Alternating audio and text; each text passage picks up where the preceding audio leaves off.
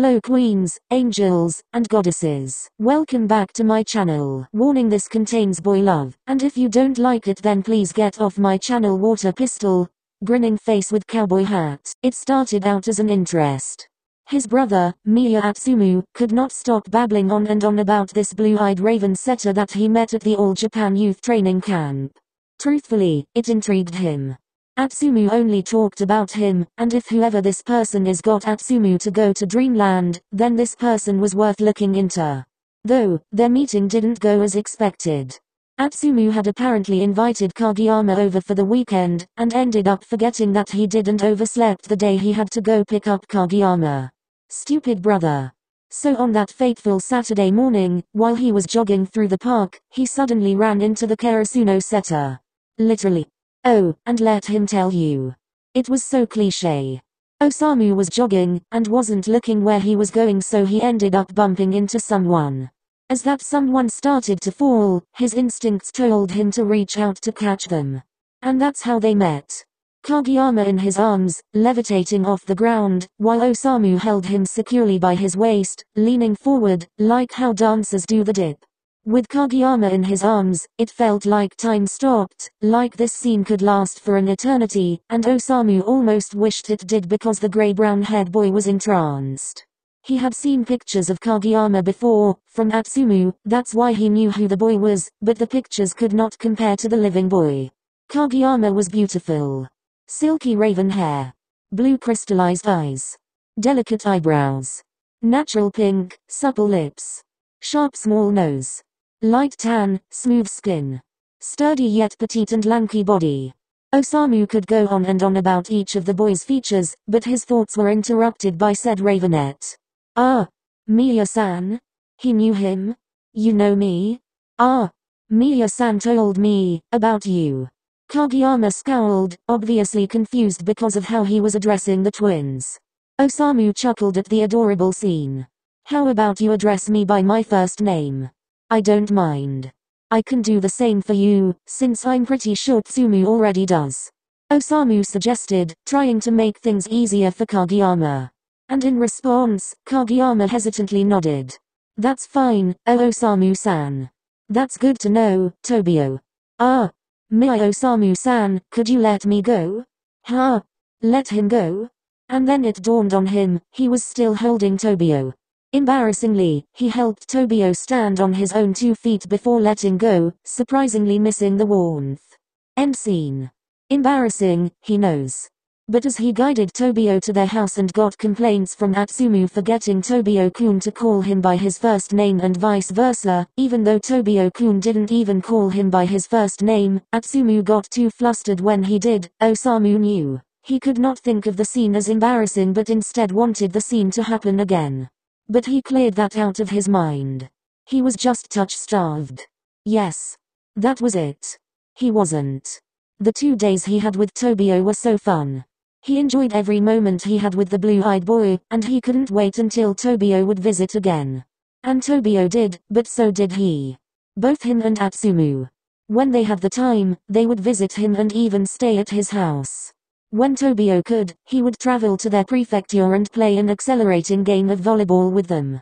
It was so fun. Maybe that's when the feelings developed. Because from then, he would notice how he acted around Tobio. He always smiled with Tobio. He always felt giddy when they would get to touch or cuddle. Surprisingly, Tobio was a cuddle bug with the people he trusted, but it probably resulted from the neglect of his family in the junior high incident. He wasn't complaining though. His eyes always followed Tobio's body and his every action. He would always drown in those ocean eyes. He always listened intently to each word that came out of the ravenette's pink lips. He would always find a chance to take in Tobio's addicting smell, which consisted of vanilla and blueberries with a hint of sweat. He was always drawn to Tobio and his presence on the court. And lastly, he was always irritated whenever his brother came into the view. He had no reason to be, but it was getting annoying. Whenever he had time alone with Tobio, Atsumu would interfere. Whenever they cuddled on the couch, Atsumu was always on the other side. Whenever they talked, Atsumu's name, Miya-san, in this case. At least he had one advantage, would always come up one way or another. It was like Atsumu was trying to get all of Tobio's attention on him. Then Atsumu confessed, and it all made sense. It was late at night, and they were studying for their exams. In other words, Osamu was trying to tutor Atsumu. They were both tired and had no energy left from the training that day. The coffee also did nothing to help them stay up. So it was normal for Atsumu to start what Osamu called tired talk. Basically drunk talk, but not from the influence of alcohol, rather from the effects of being too tired. And it was where Atsumu spilled everything. I like Tobio-kun, you know? Atsumu mumbled out, his head laying on the table. Yes, I know Atsumu. I do too. Now let's get back to what we were talking about before. No, you don't, get it, Samu. I like Tobio-an. He knew Atsumu was losing more and more to his battle of sleep, but he could care less about how slurred his words were. He was too focused on what he said. Like? Did he understand that right? What do you mean, idiot? I wanna make him my boyfriend, and with that, Atsumu lost his battle to sleep. Still in shock, but being the kind brother he was, he lifted Atsumu and laid him in his bed. Osamu turned off the lights, then went to his bed, just opposite of Atsumu's. Now as he laid in his bed, he could finally think. Atsumu liked Tobio. Atsumu wanted Tobio to be his boyfriend. Atsumu wanted to make Tobio his. Osamu wanted to gag. His stomach twisted and turned. He felt anger and disgust bubble up. He wasn't angry and disgusted that Atsumu liked men, he could care less, but it was who he liked. The thought of Atsumu caressing, loving, and kissing Tobio unsettled him. He didn't like that thought. He didn't like Tobio, beautiful and awkward Tobio, kissing Atsumu. Tobio deserved someone much better. Osamu was sure he had better options like him. Wait, what? Did he just know? Of course not. Why would he even suggest himself as Tobio's lover? He didn't even like men, Atsumu didn't, and yet he liked Tobio, but Tobio didn't care. He said so himself, I could care less of their gender. If they love both volleyball and me, then that's enough for me. That meant that Atsumu had a chance. The feeling in his stomach was back.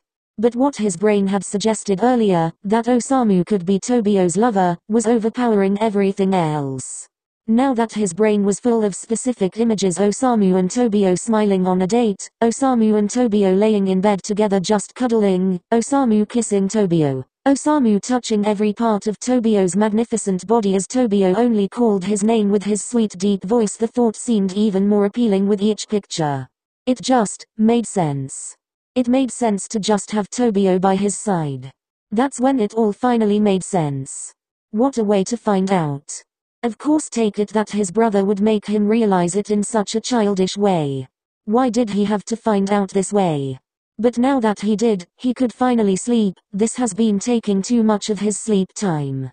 Though there was one thing he had to do, or else it'll be nagging at him for forever. Sorry, Tsumu.